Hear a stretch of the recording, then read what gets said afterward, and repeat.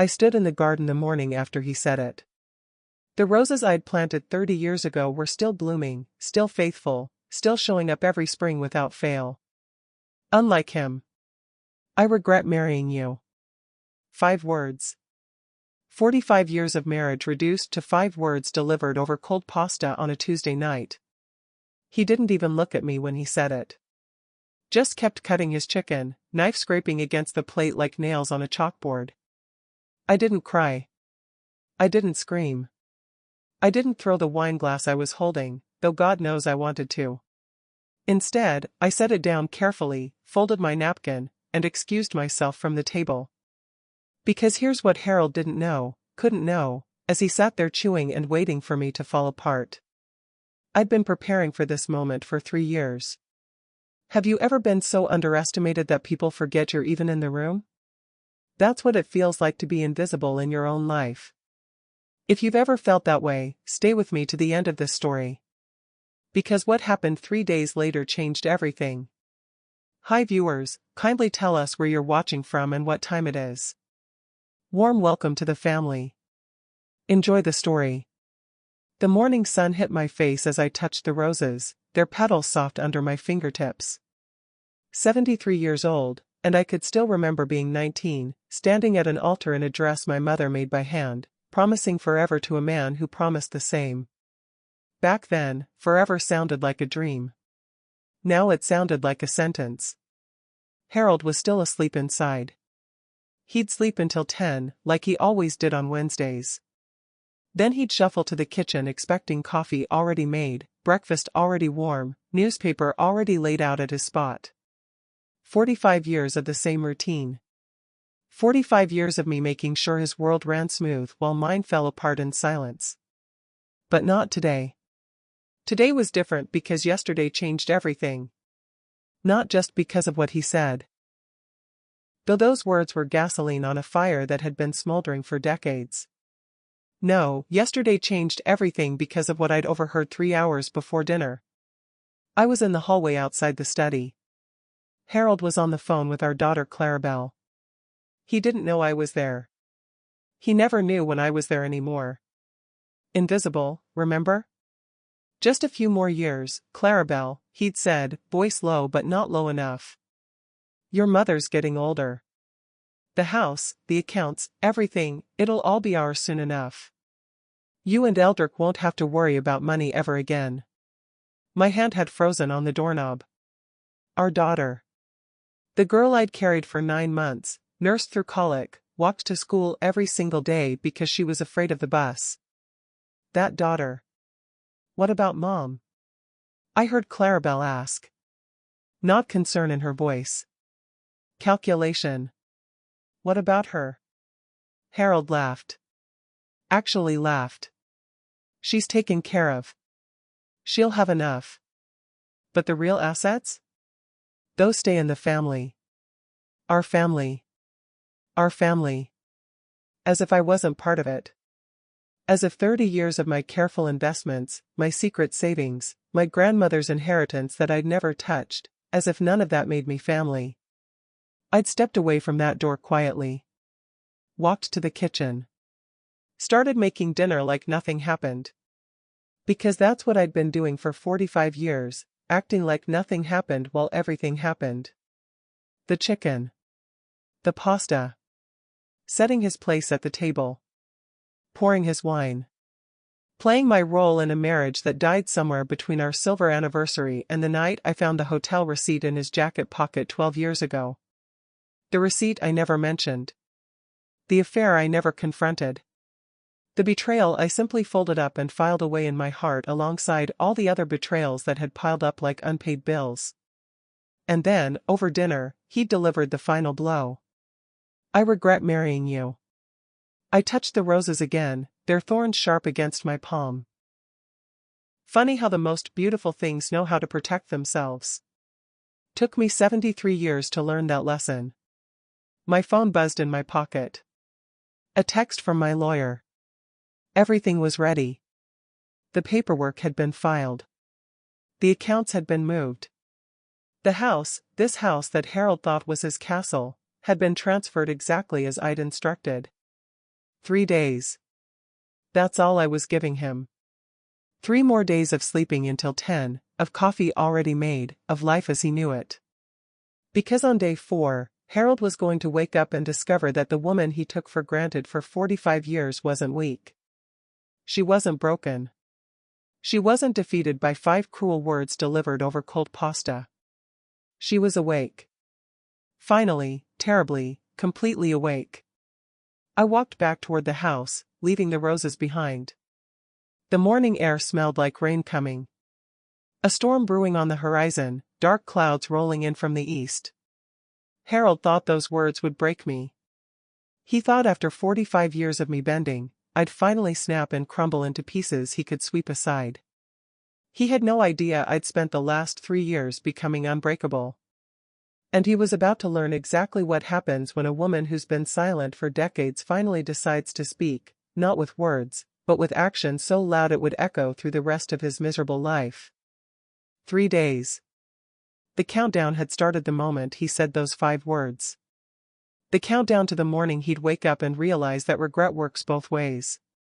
But here's what killed me most, what kept me up those last 3 nights staring at the ceiling while he snored beside me.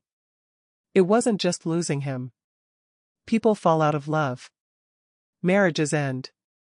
Hearts break and heal and break again. It was that our daughter, the child we'd made together, was standing beside him sharpening the knife. That's what I couldn't forgive. That's what made my decision absolute.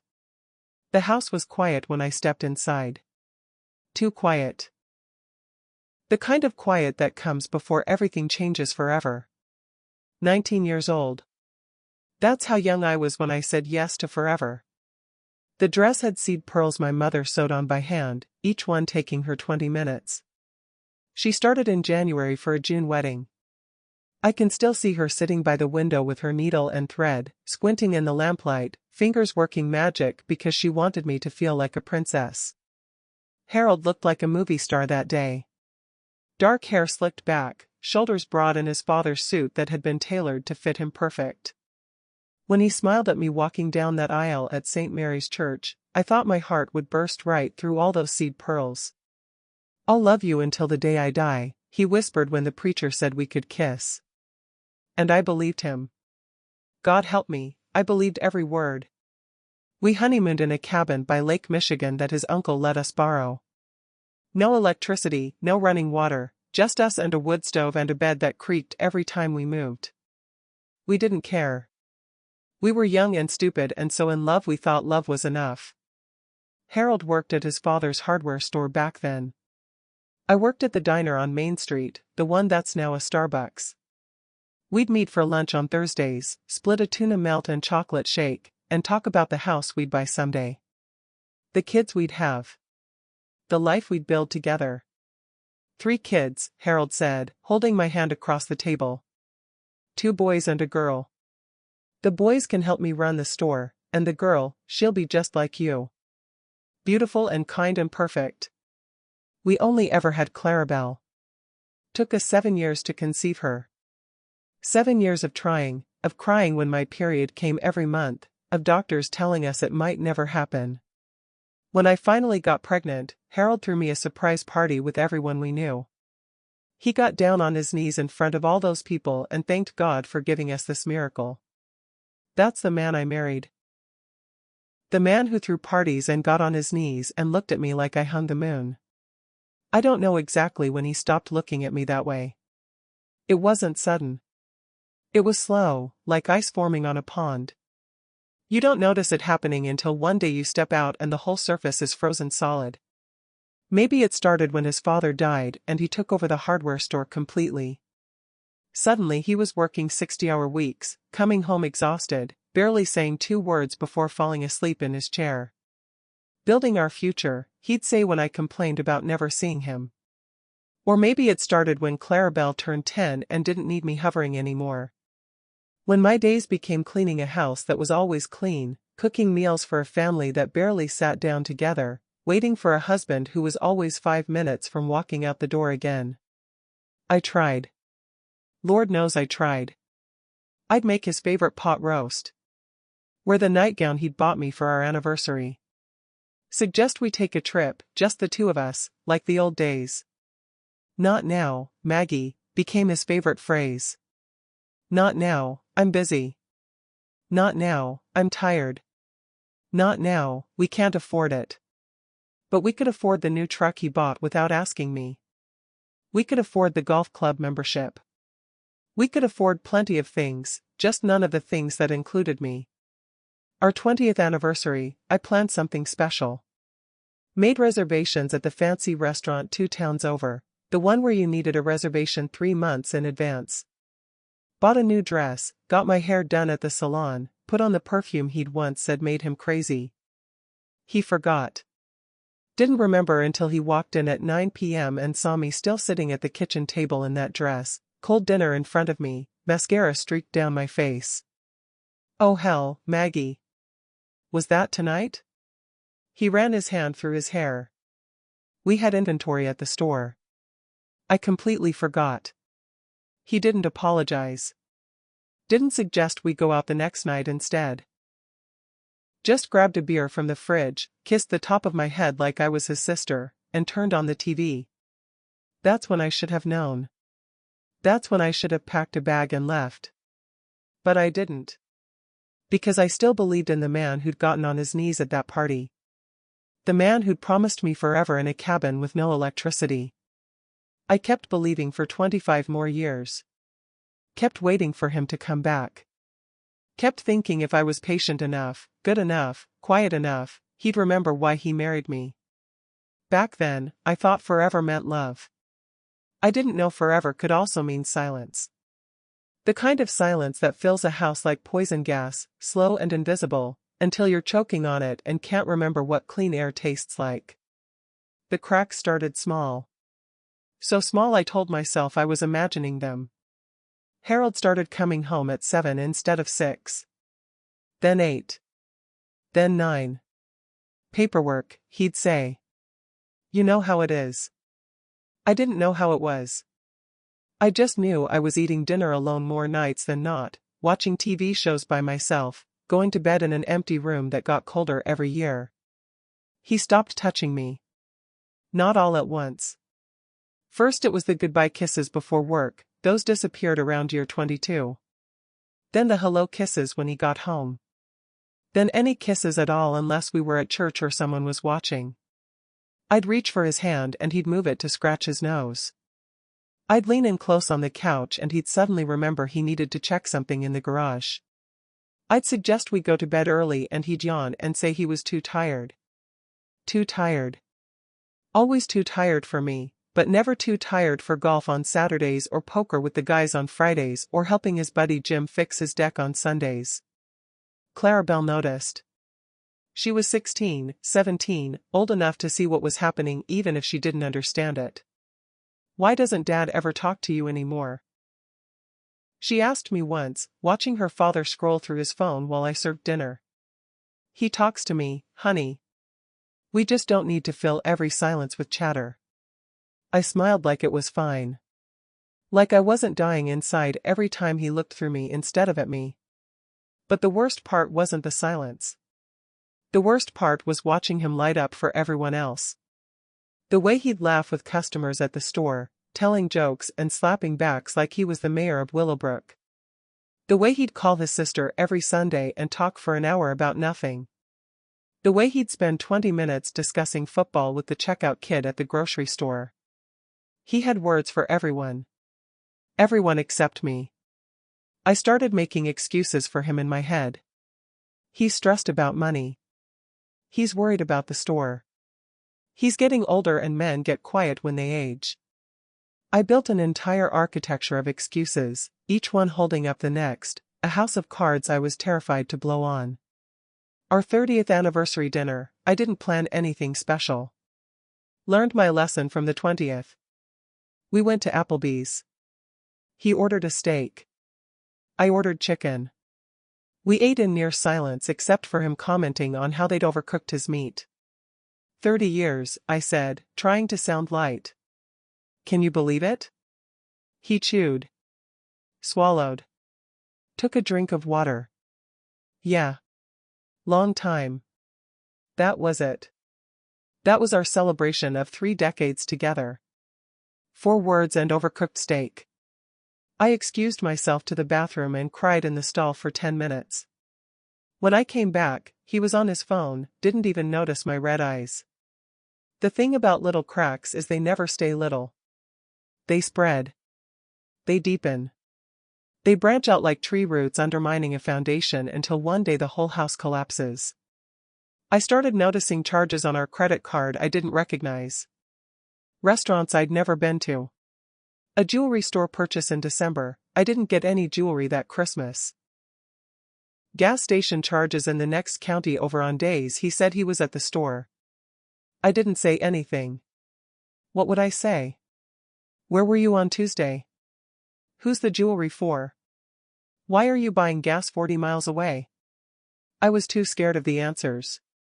Too scared that asking questions would force me to face truths I wasn't ready to face.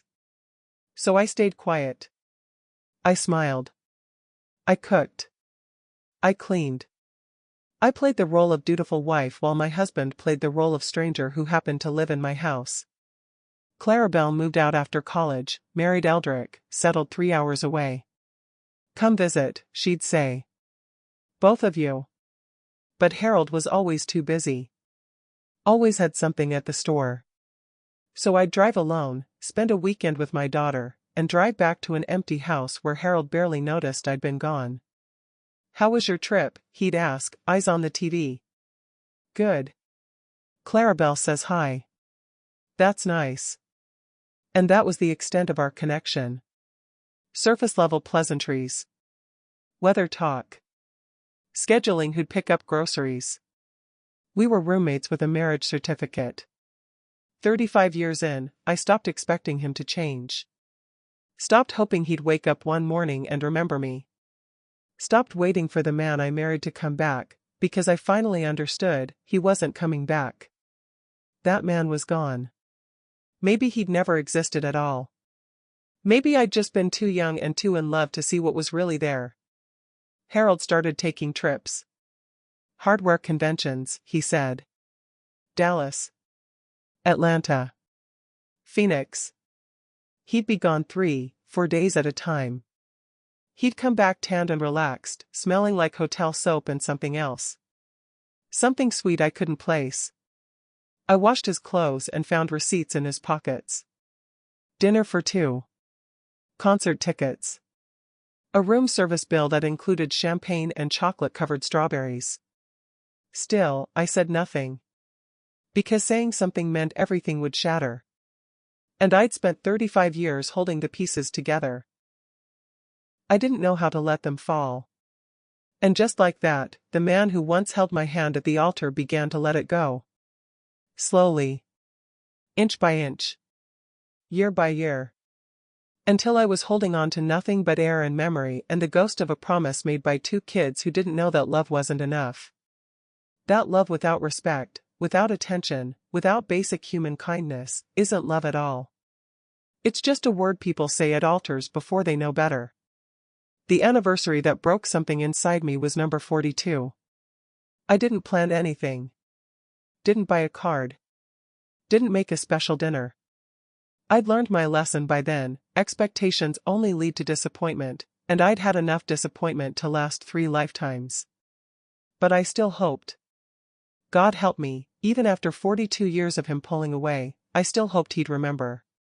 That he'd surprise me with flowers or a card or just acknowledge that we'd made it another year. June 14th. I woke up alone.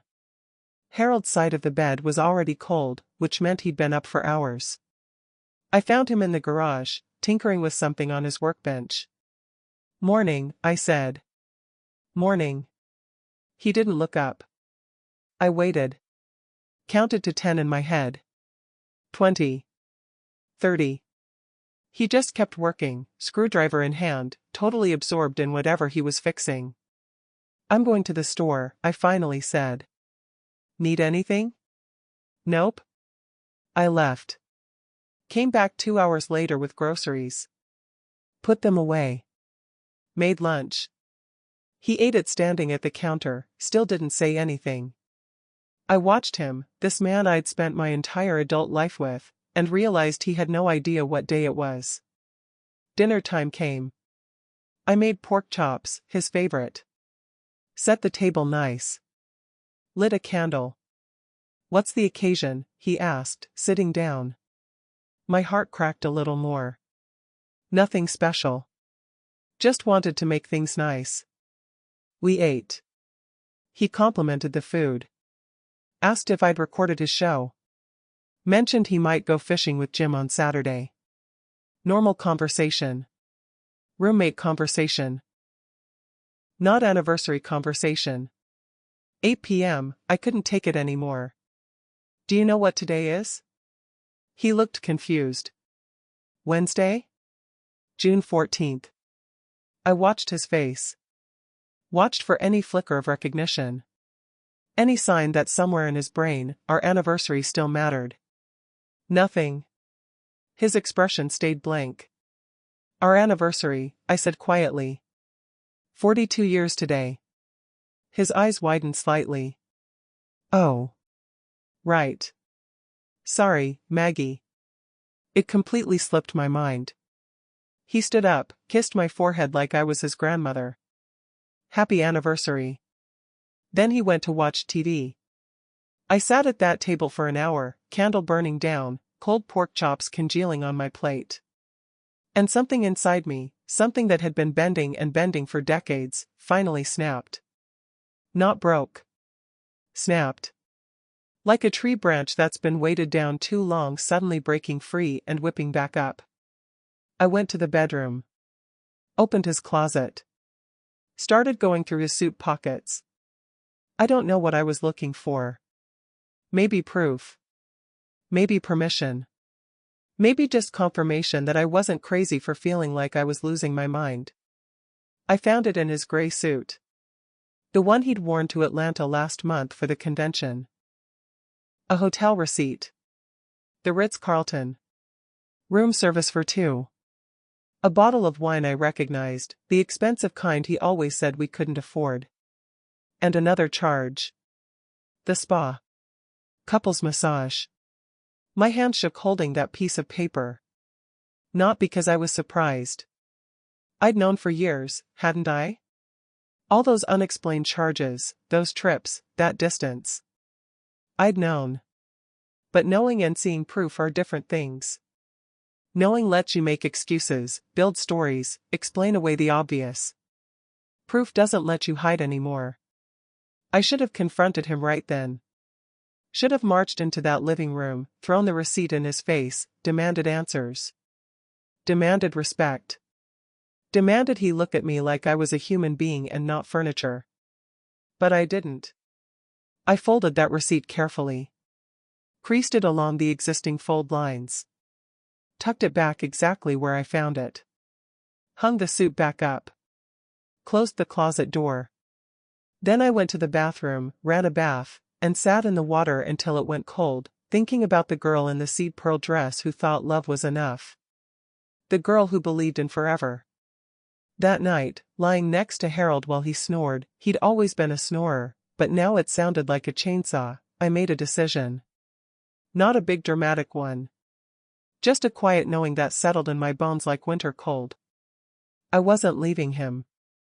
Not yet. Not in a way he'd see coming. But I wasn't staying the same either. I wasn't going to keep breaking myself into smaller and smaller pieces trying to fit into the life he'd decided I deserved. I was going to do something I'd never done in 42 years of marriage.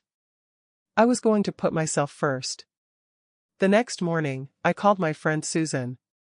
She'd been telling me for years about her financial advisor, how he'd helped her invest her inheritance, how she was set up nice for retirement. I'd always said Harold handled our money, I didn't need to worry about it. That was before I found the receipt.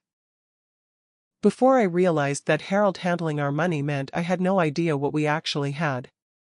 Before I understood that being taken care of and being protected are two very different things. Can you give me his number? I asked Susan.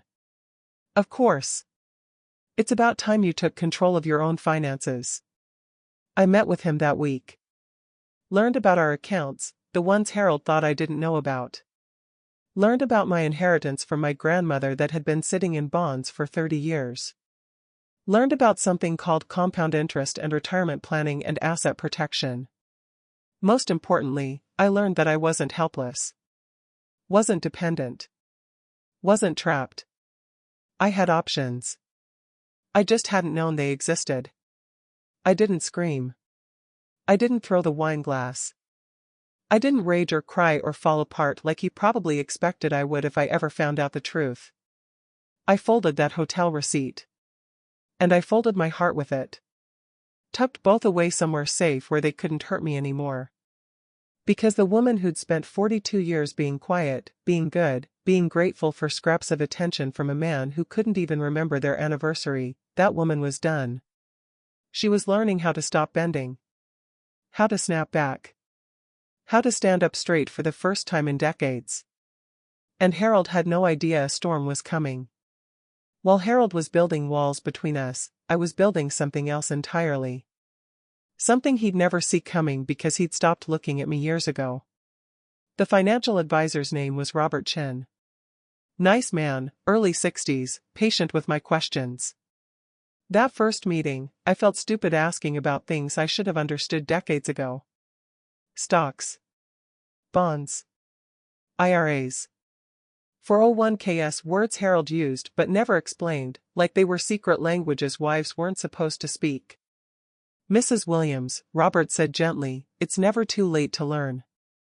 And from what I'm seeing here, you're in better shape than you think. My grandmother's inheritance had been sitting in conservative bonds since 1992. $60,000 she'd left me, money I'd never touched because Harold said we should save it for emergencies. 30 years of compound interest at 5%. You do the math. Then there was my portion of Harold's retirement accounts. The ones he didn't think I knew about. The ones his lawyer had helped him set up after his father died, back when I was so focused on raising Clarabelle I didn't pay attention to paperwork. In our state, everything accumulated during marriage is joint property. Robert explained that slowly, making sure I understood. The house. The retirement accounts. The store.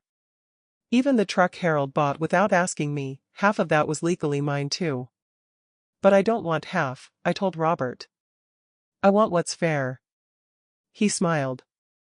What's fair is you being protected. Let's start there. Over the next 2 years, I learned everything. How to read financial statements. How to track investments. How to move money quietly, legally, in ways that wouldn't raise red flags until I was ready for flags to be raised. Robert helped me open accounts Harold didn't know about. We moved my grandmother's money into a trust with me as the sole beneficiary. We documented everything, every unexplained charge on Harold's credit cards, every mysterious trip, every piece of evidence that would matter if things ever went to court. I wasn't planning divorce. Not exactly. I was planning protection. Safety. A way out if I needed one. Harold noticed nothing. Why would he? I still made his coffee. Still did his laundry. Still smiled and nodded when he came home late smelling like perfume that wasn't mine. But I'd stopped hoping he'd change. Stopped waiting for him to notice me. I was too busy noticing myself for the first time in decades. I started taking walks in the morning, long ones that got my heart racing. Started reading books I'd been too tired to read before. Started saying no to things I didn't want to do, church committees I'd served on for years just because Harold thought it looked good, volunteering for events I hated, hosting dinners for his friends who treated me like hired help. What's gotten into you? Harold asked once, when I told him I wouldn't be making dinner for his poker night. Nothing. I'm just busy that night. Busy with what? Does it matter? He looked at me like I'd grown a second head. In 43 years, I'd never questioned him. Never pushed back. Never said no to anything he wanted. Fine, he muttered. I'll order pizza. That felt like victory. Small, but mine. Clarabelle called one Sunday, upset about something with Eldrick. Work stress, money stress, the usual struggles of a young marriage. I listened, made sympathetic noises, gave advice when she asked. Then she said it. The thing that changed everything. At least you and Dad never had money problems. You're so lucky, Mom. You never had to worry about finances like we do. Lucky. She thought I was lucky. Your father and I had our struggles, honey, I said carefully. But you made it work. 43 years and you're still together. Still in love. That's what I want with Eldrick. That partnership you and Dad have. I almost laughed. Almost told her the truth, that partnership meant me partnering with silence, with neglect, with a man who'd checked out of our marriage decades ago but kept cashing the checks my presence provided. But I didn't. Because she was my daughter. And despite everything, I still wanted her to believe love was possible. Just keep talking to each other, I told her. Don't let silence build walls. After we hung up, I sat there thinking about walls. About the ones Harold built. About the ones I built to protect myself. About how two people could live in the same house for 43 years and be separated by construction neither of them meant to create. That's when I heard it. Harold's voice from his study, door half open, talking on the phone. I was walking past to get laundry from the dryer. Wasn't trying to eavesdrop. But I stopped. Because he said her name. Clarabelle, honey, listen to me. I stood in the hallway, basket in my hands, frozen. Your mother's getting older. She doesn't need to know about these decisions.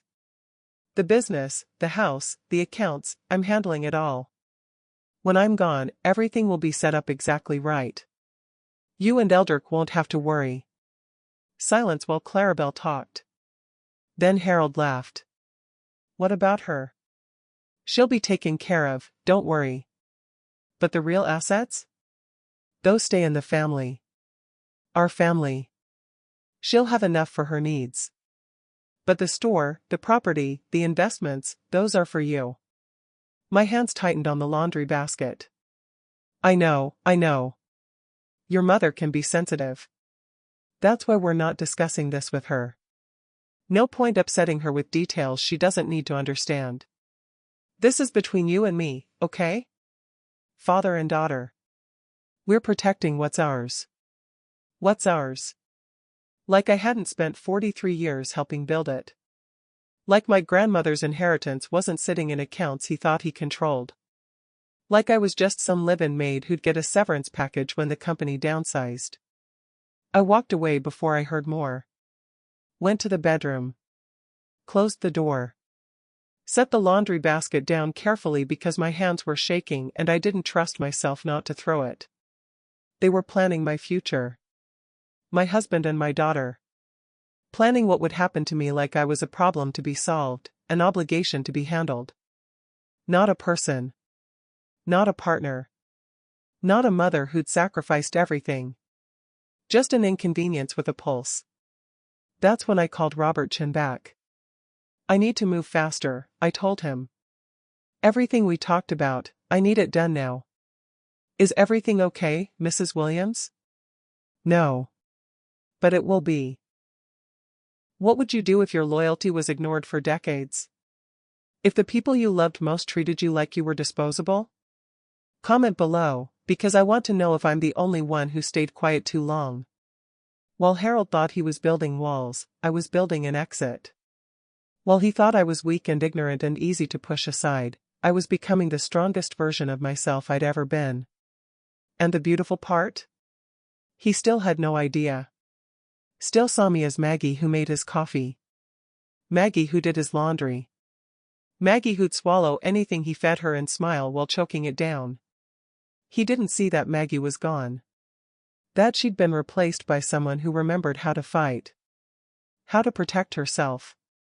How to make sure that when the walls finally came down, she wouldn't be buried in the rubble. While he built walls, I built something else entirely. Something that would change everything in ways he couldn't imagine. The countdown had started. He just didn't know he should be counting. 3 months after I heard that phone call, I heard another one. This time I wasn't walking past by accident. This time I was listening on purpose. Harold was in the study again. Tuesday afternoon, 2 o'clock. He thought I was at my book club. I'd stopped going to book club 6 weeks earlier but never told him. Turned out he never asked where I was going anymore. He just assumed. Assumptions were about to cost him everything. Dad, I'm worried about the timeline. Clarabelle's voice came through the speakerphone. Clear as church bells on Sunday morning. Don't be. Your mother's healthy, but she's 73. These things have a way of working themselves out. My breath caught. These things have a way of working themselves out. Was he talking about my death like it was a business opportunity? Like he was waiting for me to die so he could move forward with his plans? What if she finds out about the restructuring? Clarabelle asked. What if she goes to a lawyer? Harold laughed. That same laugh I'd heard 1,000 times at poker nights, at barbecues, at church functions where he played the role of devoted husband. Your mother doesn't know the first thing about our finances. She's never even looked at a bank statement. She's not going to suddenly become a forensic accountant at her age. But what if? Clarabelle, listen to me. His voice got firm. Fatherly. The voice he used when she was little and scared of thunderstorms. I've been handling your mother for 45 years. She's not a problem. She's never been a problem. She does what she's told, keeps the house nice, and doesn't ask questions. That's who she is. That's who she's always been. Something in my chest turned to ice. Not the cold of sadness. The cold of clarity. Of perfect, crystalline understanding. He didn't just not love me. He didn't even respect me enough to see me as a threat. I was furniture. A couch he'd gotten comfortable with. Something he'd keep around because it was easier than shopping for new furniture, but something he'd throw out the second it stopped serving his purpose. When's Eldrick's business loan coming through? Harold asked. Next month. 50,000. But Dad, that's a lot of money. Are you sure about this? It's our money, honey. Yours and mine. We built that hardware store together, didn't we? You were there every summer as a kid, learning the business. Your mother never set foot in that store unless she was bringing me lunch. She has no claim to what we built. I had to put my hand over my mouth to keep from making a sound. No claim? I'd packed his lunches for 30 years. Balanced the books when his father got sick. Answered phones, placed orders, covered shifts when employees called in sick. I'd done all of it for free, for family, because that's what wives did. But I had no claim. Once the trust is finalized, everything will be protected, Harold continued. The house goes into an LLC. The store assets get transferred. The retirement accounts get restructured. And your mother? She'll have her Social Security and a small monthly allowance. Enough for groceries and bills. She'll be comfortable. An allowance. Like a child. Like someone who couldn't be trusted with real money. What about the house? Clarabelle asked. She loves that house. The house is worth $600,000. She can love it from a smaller place. Maybe one of those senior apartments. We'll find something nice for her. They had it all planned out. My daughter and my husband. They'd drawn up a future where I existed on the margins, grateful for scraps, living small while they lived large on assets I'd helped build. I backed away from the door. Walked to the kitchen. Made myself a cup of tea with hands that barely shook. Because I wasn't sad anymore. I wasn't even angry. I was awake. Finally, completely, terribly awake. That night at dinner, I watched them both. Harold cut his chicken, chewed, swallowed, scrolled through his phone. Same routine as always. But I saw him different now. Saw the calculation behind every gesture. Every careful word. Every performance of being a decent husband. How was book club? He asked, not looking up. Enlightening, I said. We're reading a book about women who rebuild their lives after betrayal. He grunted. Didn't even register what I'd said. Didn't hear the message underneath the words. That was his mistake. One of many. I called Robert Chen the next morning. I need to accelerate everything, I told him. Mrs. Williams, these things take time. We need to be careful, strategic. I need it done in 3 months. Can you do that? Silence on the other end. Then, what happened? I found out I'm being erased. And I'm done letting people write my story. Robert worked fast. We restructured my grandmother's trust to make me the sole trustee. We opened a separate bank account at a different bank entirely. We documented every conversation I'd overheard, every receipt I'd found, every piece of evidence showing Harold's intent to hide assets from me. Most importantly, we contacted a lawyer. Not just any lawyer, the best divorce attorney in the state. A woman named Patricia who'd built her career destroying men who thought their wives were too stupid to fight back. Here's what you need to understand, Patricia told me at our first meeting. In this state, hiding assets during marriage is fraud. Planning to disinherit a spouse while they're still alive? That shows intent. And intent matters in court. I don't want court, I said. I want justice. She smiled. It wasn't a nice smile. It was the smile of a woman who'd seen too many wives get crushed and had learned how to crush back. Justice is what we'll get. Tell me everything. I told her about the phone calls. The plans to restructure assets. The way Harold had been moving money for years, thinking I was too dumb to notice. The way my own daughter had joined him in planning my diminishment. Patricia took notes.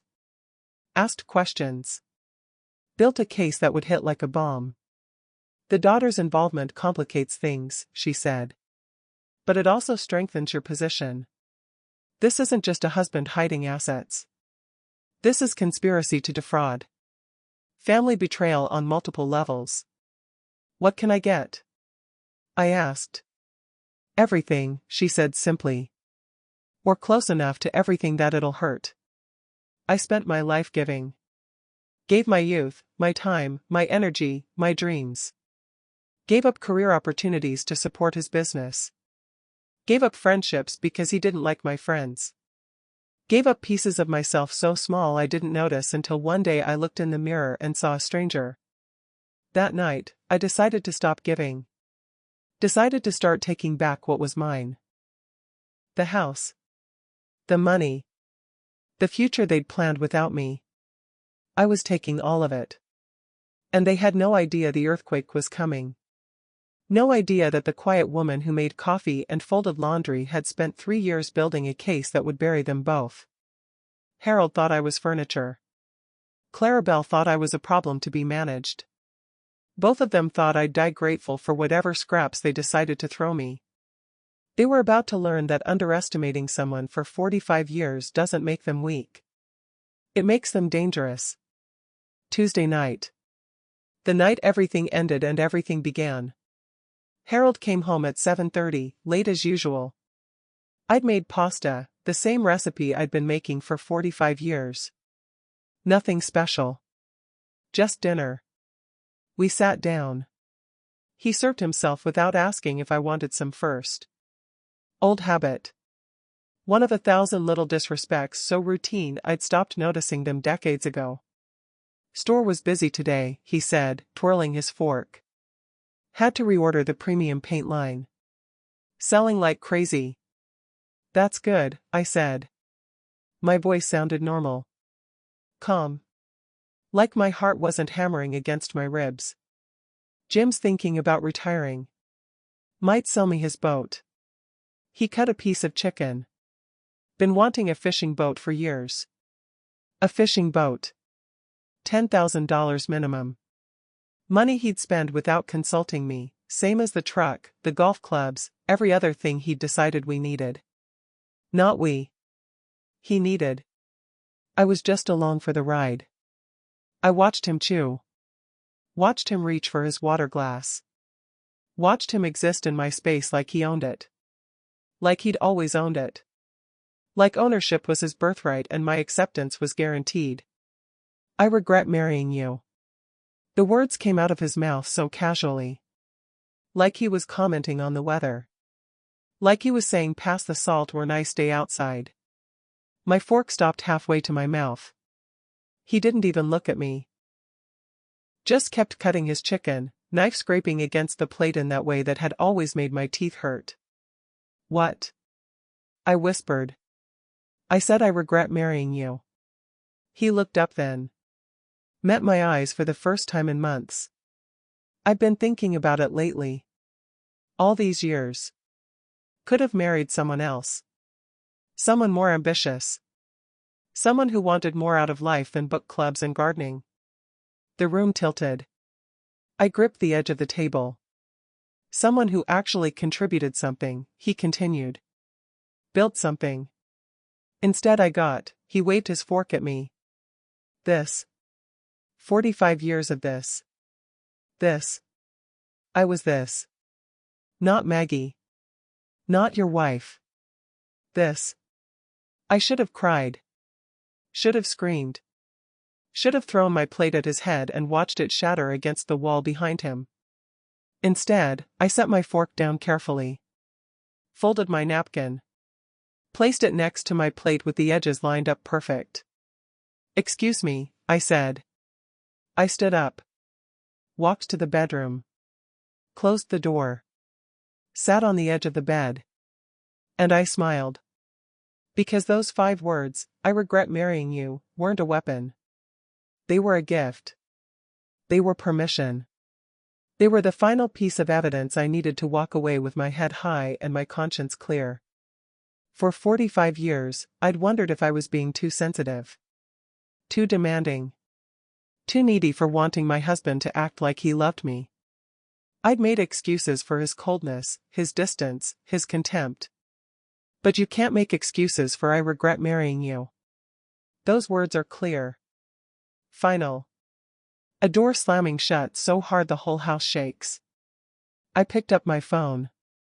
Texted Patricia, he said it. I'm ready. Her response came back in seconds, tomorrow. My office. 9 a.m. Bring nothing. We have everything we need. I slept that night. Actually slept, deep and dreamless, for the first time in years. Because the waiting was over.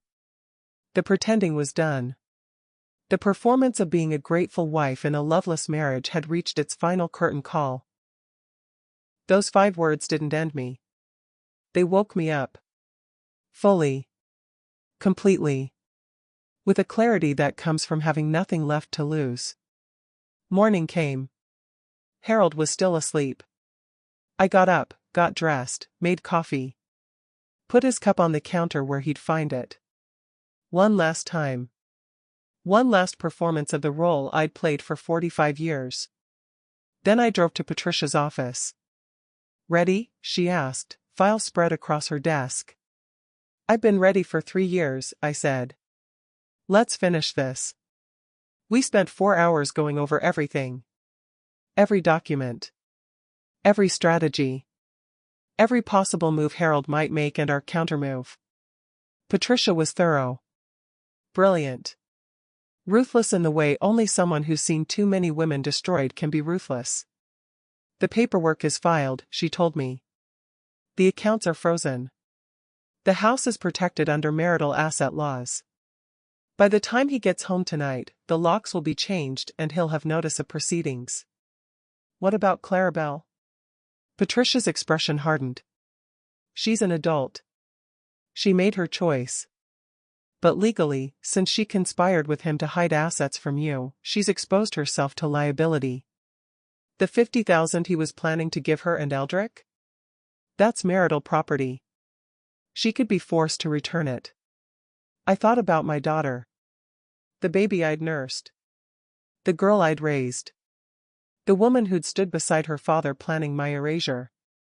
Do it, I said. All of it. Some people might think I'm cruel. Heartless. How could a mother do that to her daughter? But those people weren't there when Clarabelle laughed at the thought of giving me an allowance. When she agreed to move me into a senior apartment. When she treated my life like it was something to be managed and minimized. You don't betray family and expect mercy. You don't plot against your mother and expect forgiveness. That night, I didn't go home. I stayed at a hotel. A nice one. Ordered room service. Watched bad TV. Enjoyed the silence. My phone rang at 9 p.m. Harold. I didn't answer. He called 6 more times. Left 3 voicemails. Each one progressively angrier. Maggie, what the hell is going on? There are lawyers here. They're changing the locks. Call me back right now. This is insane. You can't do this. Call me back or I'm calling the police. I deleted them all without listening to the full messages. His panic wasn't my problem anymore. At 11 p.m., Clarabelle called. I answered that one. Mom? What's happening? Dad called me freaking out. He says you've locked him out of the house. He says you've frozen all the accounts. He says you're filing for divorce. Yes, I said simply. Why? What happened? I laughed. Actually laughed. What happened? You really want to know what happened? Mom, I heard you. Both times. Every conversation where you and your father planned my future like I was a problem to be solved. Every discussion about how much money you'd give me from my own assets. Every word about moving me into a small apartment so you could have the house. Silence on the other end. You chose him, I said. You chose money over your mother. So now you get neither. Mom, please. Don't. Don't you dare ask me for mercy when you showed me none. Don't you dare pretend you care about me now that the money's on the line. I hung up. Blocked her number. Blocked Harold's number. Then I ordered champagne from room service and toasted the end of the worst chapter of my life. Those 5 words, I regret marrying you, didn't break me. They freed me. Gave me permission to stop feeling guilty. Stop feeling like I owed them anything. Stop being the woman who absorbed pain and smiled through it. He thought those words would crush me. Instead, they gave me wings. The next morning I woke up with a plan so clear it felt like someone had written it on my brain while I slept. I met with Patricia at 8 a.m. We had coffee. Real coffee, the expensive kind. I was done with the cheap grocery store brand Harold always insisted on because coffee is coffee. The house is secure, Patricia told me, sliding papers across her desk. He spent the night at a hotel. He's already called my office 4 times. His lawyer will contact us by end of day. Let him call, I said. What's next? What was next was the systematic dismantling of everything Harold thought he controlled. First, the hardware store. Turns out I owned 48% of it. Harold's father had left it to both of us when he died, but Harold had convinced me to sign paperwork making him the primary operator. What he didn't tell me was that signing didn't mean I gave up ownership. Just control. Patricia had already filed an injunction preventing him from selling or mortgaging the store without my consent. His credit lines, frozen. His ability to make major business decisions, blocked until the divorce settled. He'll be furious, I said. Good, Patricia replied. Angry people make mistakes. Second, the retirement accounts. Harold had 3 of them. One from his father's business. One he'd built himself. One that was technically mine but he'd been managing for years. All 3 were now locked. He couldn't touch a penny without court approval. Third, the house. $600,000 worth of real estate sitting on 2 acres in the best part of Willowbrook. Harold's name was on the deed, but so was mine. And in our state, you can't force a spouse out of their home during divorce proceedings. So I moved back in. Changed the locks again. This time to keep me in and him out. He showed up on day 3. Pounded on the door like he was trying to break it down. Maggie. Open this door right now. This is my house. I watched him through the window. Didn't open the door. Didn't respond. Just watched him rage like a toddler having a tantrum because someone took his toy. You can't do this. I'll call the police. Go ahead, I said through the window. Tell them you want to enter a house that's half owned by your wife. See what they say. His face turned purple. You're insane. 45 years of marriage and you've lost your mind. No, Harold. I've found it. He stood there another 10 minutes, yelling, threatening, making a scene that had the neighbors peeking through their curtains. Finally, he left. Tire squealing. Middle finger raised out his window like a teenage boy who just got grounded. That night, I slept in our bed. My bed now, spread out in the middle, took up all the space his snoring used to fill. It felt like heaven. Day 5, his lawyer called Patricia with an offer. He'll give you the house and $200,000, Patricia told me. In exchange, you sign away rights to the store and his retirement accounts. I laughed. No. You sure? 200,000 is insult money. Tell him no. Day 7, Clarabelle showed up. I saw her car in the driveway and almost didn't open the door. But she was still my daughter. No matter what she'd done, I'd carried her for 9 months. That had to count for something. I opened the door. Didn't invite her in. Mom. Her eyes were red. She'd been crying. Please. We need to talk. About what?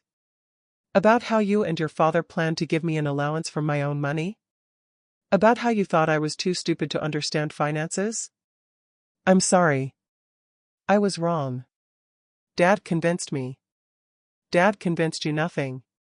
You're 42 years old, Clarabelle. You made your choices. Now live with them. Please don't do this. Don't destroy our family over money. I'm not destroying our family over money, I said quietly. I'm destroying it over respect. Over loyalty. Over the fact that you treated me like I was disposable. She reached for me.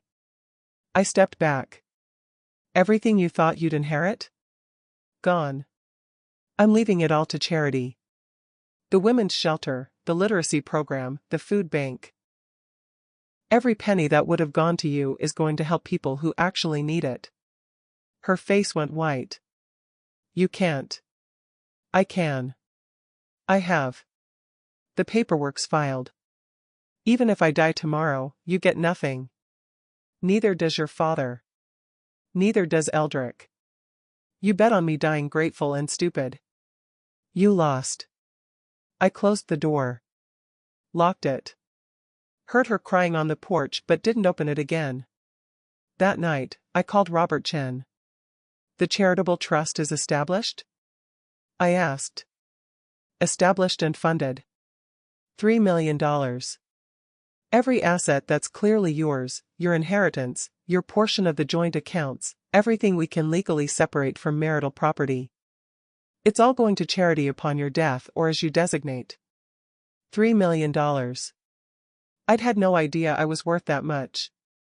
No idea that 45 years of quiet saving, careful investing, and compound interest had built something real. But Harold had known. That's why he'd been planning so carefully. That's why he'd brought Clarabelle into it. $3 million was worth betraying a wife. Worth erasing a mother.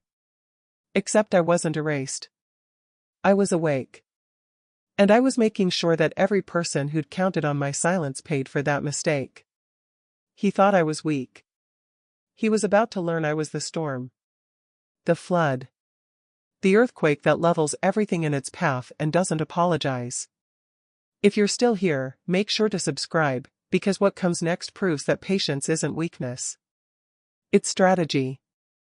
And my strategy was about to destroy everything Harold thought he'd built. Day 10. Harold stopped calling. Stopped showing up. Stopped trying. That should have made me nervous. Quiet Harold was dangerous Harold. But I was ready for anything. Day 12, Patricia called. He's accepted the terms. What terms? All of them. The full asset split. The house goes to you. Half the store's value paid out over time. Half of all retirement accounts. Full division of all marital property. He signed this morning. I sat down. Just like that? His lawyer convinced him he'd lose worse if this went to trial. The evidence of hidden assets, the conspiracy with your daughter, the recorded conversations, it was too much. He'd have been destroyed in court. 45 years of marriage. Ended with a signature on paperwork. No ceremony. No ritual. Just lawyers and documents and the cold mouth of division.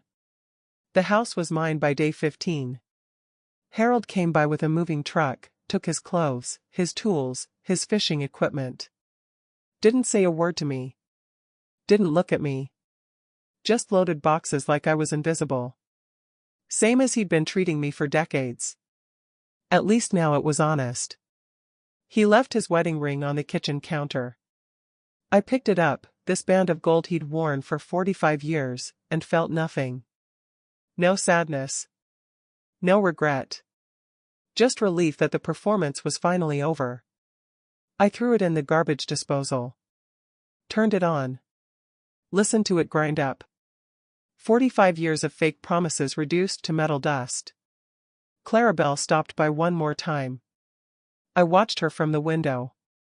Watched her sit in her car for 20 minutes before finally driving away without knocking. Smart girl. She knew I had nothing left to say to her. The charity trustees came by day 20. Nice people. Grateful people. People who understood that $3 million could change lives. We'll use it for education programs, they told me. For women escaping domestic violence. For children who need school supplies. For families who need food. Good, I said. Use every penny. Make it count. They asked if I wanted my name on a building. A plaque. Recognition. No, I said. Just use the money to help people who need it. Recognition wasn't the point. Justice was the point. Day 30, the divorce was final.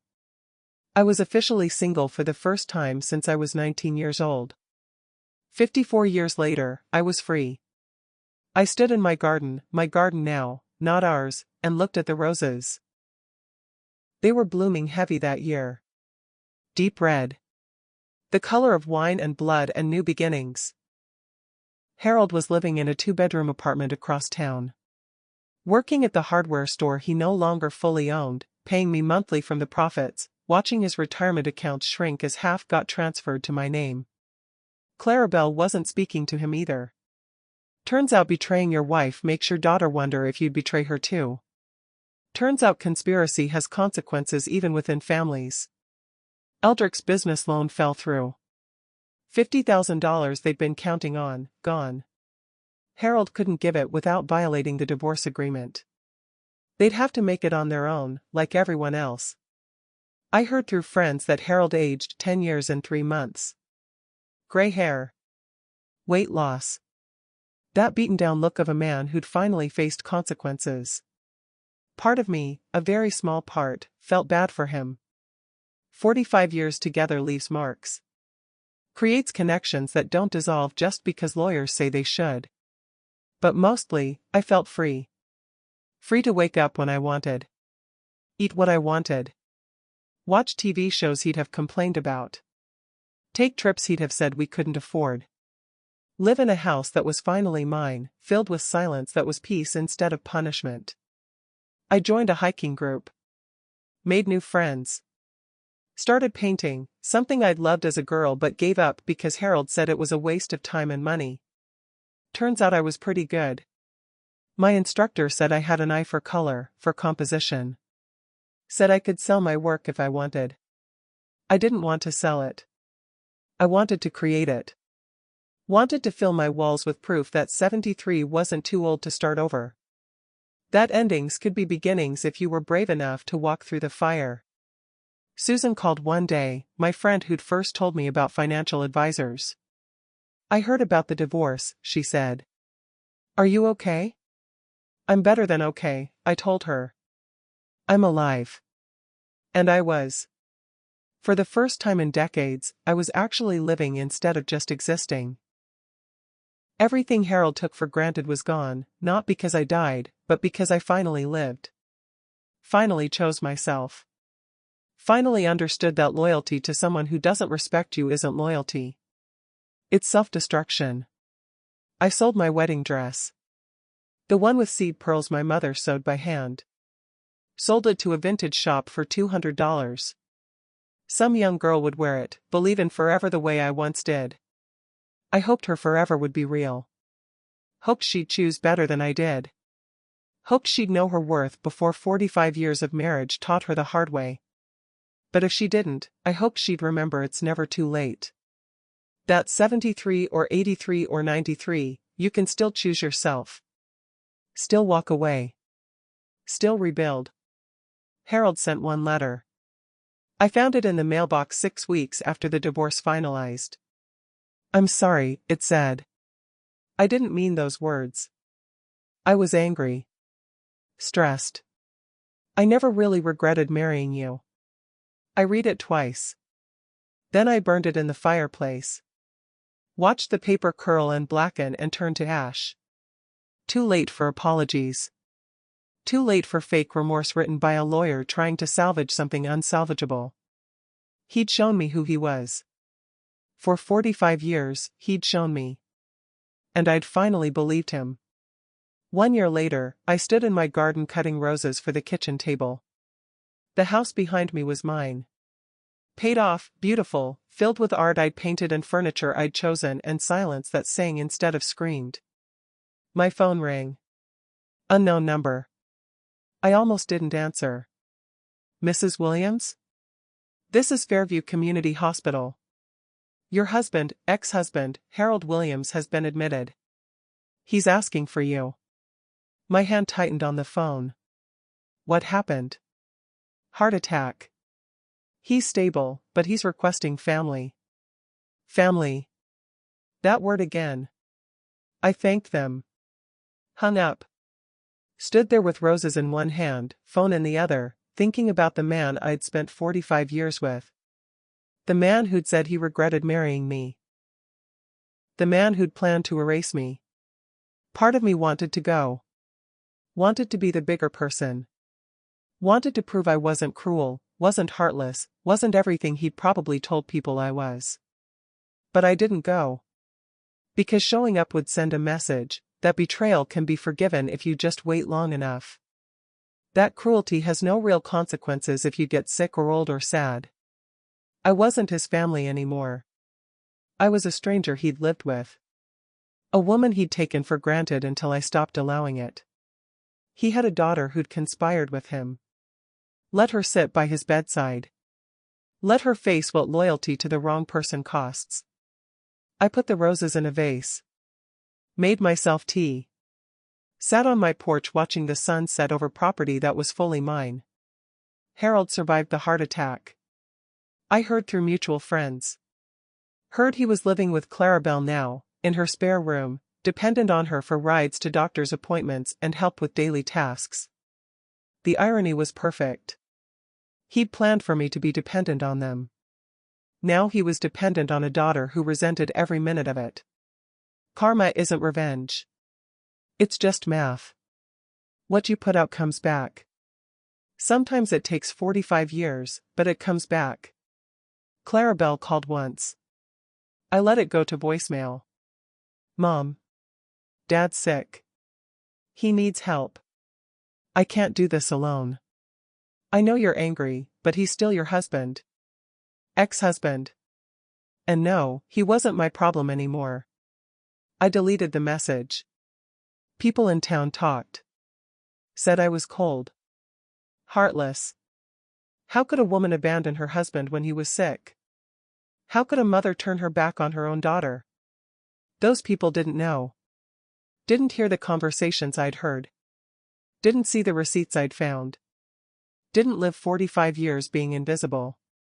Their judgment meant nothing. Less than nothing. I lived my life. Painted my pictures. Hiked with my friends. Donated money to causes that mattered. Built a life that was mine, finally, completely, without compromise. The women's shelter named a wing after my grandmother, in honor of the donation I'd made. I went to the opening. Met women who'd escaped situations that made mine look easy. Women who'd been broken and were learning to rebuild. How did you do it? One of them asked me. How did you find the courage to leave? I stopped thinking of it as courage, I told her. I started thinking of it as survival. That's what it was. Survival. Choosing to live instead of slowly dying in a marriage that had ended years before either of us admitted it. The moral of this story isn't complicated. It's not deep. It's simple. Silence is not weakness. Patience is not permission. And loyalty to someone who doesn't value you is just another form of self-harm. I spent 45 years being who Harold needed me to be. Small. Quiet. Manageable. Grateful for scraps. The last year, I'd been who I needed me to be. Strong. Loud when necessary. Unmanageable. Grateful for nothing except the strength to finally choose myself. If someone tells you they regret marrying you, believe them. Don't make excuses. Don't rationalize. Don't spend another decade trying to fix something they broke on purpose. Believe them. Then walk away. Because life is too short to spend it with people who don't see your value. I'm 74 now. Maybe I have 10 years left. Maybe 20. Maybe tomorrow I'll have a heart attack like Harold and that'll be it. But whatever time I have left will be mine. Lived on my terms. Filled with people who actually want me there. And that's worth more than 45 years of marriage to someone who wished I was someone else. Harold lost the house. The money. The comfortable retirement he'd planned. He lost respect from the community when word spread about what he'd done. He lost his daughter's affection, she takes care of him now out of obligation, not love. He lost everything by trying to take everything. And me? I lost nothing that wasn't already gone. I just finally stopped pretending otherwise. That's justice. Not revenge. Just the natural consequence of treating people like they're disposable. Eventually, they dispose of you right back. I'm at peace. Finally. At 74, I've learned that peace doesn't come from being loved. It comes from loving yourself enough to walk away from people who don't. If this story moved you, like, share, and tell someone who needs to hear it. Tell someone who's staying quiet when they should be screaming. Tell someone who thinks it's too late to start over. It's never too late. Not at 40. Not at 60. Not at 74. It's never too late to choose yourself. Subscribe to hear more stories about people who chose themselves when everyone else chose to use them. Turn on notifications so you don't miss the next chapter in our series about finding strength in silence and power in patience. And comment below, tell me your story. Tell me about the moment you chose yourself. Tell me about the person who underestimated you and lived to regret it. Because your story matters. Your voice matters. Your choice to finally live instead of just survive, that matters more than anything. Thank you for listening to mine. Now go write your own ending. Make it better than the beginning. Make it loud. Make it yours. And never, ever let anyone tell you that silence is weakness. Sometimes silence is just a woman planning her revolution.